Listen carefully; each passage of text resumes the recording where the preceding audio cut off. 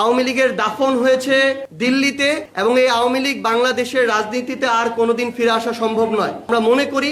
যারা জুলাই অভ্যুত্থানে অংশগ্রহণ করেছে, যেই দলেরই হোক, যেই ধর্মের হোক, যেই মতের হোক, প্রত্যেকেই তাদের জায়গা থেকে চাইবে যে আমাদের এই যে প্রয়োজনীয় সংস্কারগুলো, যেগুলো গণভোটে রায় হয়েছে, সেই সংস্কারগুলো হতে হবে এবং যারা এই স্বৈরাচারী শক্তি ছিল, যারা এই গণহত্যার নির্দেশদাতা, গণহত্যার সাথে জড়িত, তাদেরকে বিচারিক প্রক্রিয়ার মধ্যে নিতে হবে। স্বরাষ্ট্রমন্ত্রী জনাব সালাউদ্দিন আহমেদের বক্তব্য শুনেছি, সেখানে শহীদ পরিবার এবং জুলাই যোদ্ধা আমাদের যারা রয়েছেন তাদেরকে নিয়ে যে আয়োজন আমাদের মাননীয় প্রধানমন্ত্রীও ছিলেন, সেখানে স্বরাষ্ট্রমন্ত্রী জনাব সালাউদ্দিন আহমেদ স্পষ্টভাবে বলেছেন যে এই আওয়ামী লীগ হচ্ছে গণহত্যাকারী রাজনৈতিক দল, রাজনৈতিকভাবে এই আওয়ামী লীগের পতন হয়েছে এবং দল হিসেবে আওয়ামী লীগের বিচার করা হবে। আওয়ামী লীগের দাফন হয়েছে দিল্লিতে এবং এই আওয়ামী লীগ বাংলাদেশের রাজনীতিতে আর কোনোদিন ফিরে আসা সম্ভব নয়। জনাব সালাউদ্দিন আহমেদ যে বক্তব্য দিয়েছেন, এই বক্তব্য কথা এবং কাজে আমরা যেন এটার বাস্তবায়ন দেখতে পাই এবং আমরা প্রত্যাশা করি গণঅভ্যুত্থানে অংশগ্রহণকারী রাজনৈতিক দল হিসেবে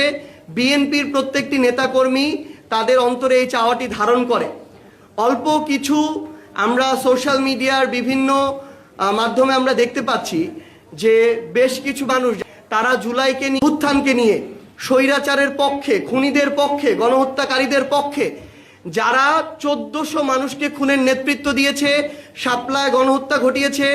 পিলখানায় গণহত্যা একটা ঘটিয়েছে, এই মানুষদের পক্ষে যারা এখনো সাফাই গায়, এটা আমাদের আসলে সামগ্রিক, আমরা যারা জুলাই একসাথে অংশগ্রহণ করেছিলাম, সেটা বিএনপি বলেন, জামায়াত বলেন, এনসিপি বলেন, অন্যান্য রাজনৈতিক দল আছে যারা বলেন, এটা আমাদের সামগ্রিক একটা দায়বদ্ধতা যে আমরা ওই সকল গোপন এবং প্রকাশ্য এই খুনিদের দোসর এবং তাদের সহযোগীদের এখন পর্যন্ত বিচার নিশ্চিত করতে পারিনি।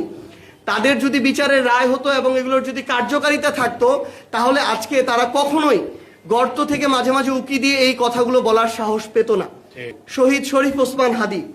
তাকে দিনে দুপুরে প্রকাশ্যে হত্যা করা হলো, সবকিছুর ফুটেজ আছে, তার হত্যাকারীদেরকে ভারতে গ্রেফতার করা হলো, মাসের পর মাস চলে যাচ্ছে, তাদেরকে ফিরিয়ে এনে যখন বাংলাদেশে, যেটা শুধু বাংলাদেশটা পুরো বিশ্বে একটা সাড়া ফেলে দিয়েছিল, পুরো বিশ্ব বিবেককে নাড়িয়ে তুলেছিল, সেই আসামিদেরকে যখন এনে বিচার নিশ্চিত করা যাচ্ছে না,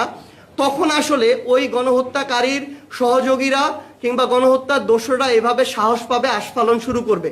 তো এই জন্য বিএনপিকে সরকার হিসেবে এই দায়িত্ব নিতে হবে যেন অতি দ্রুত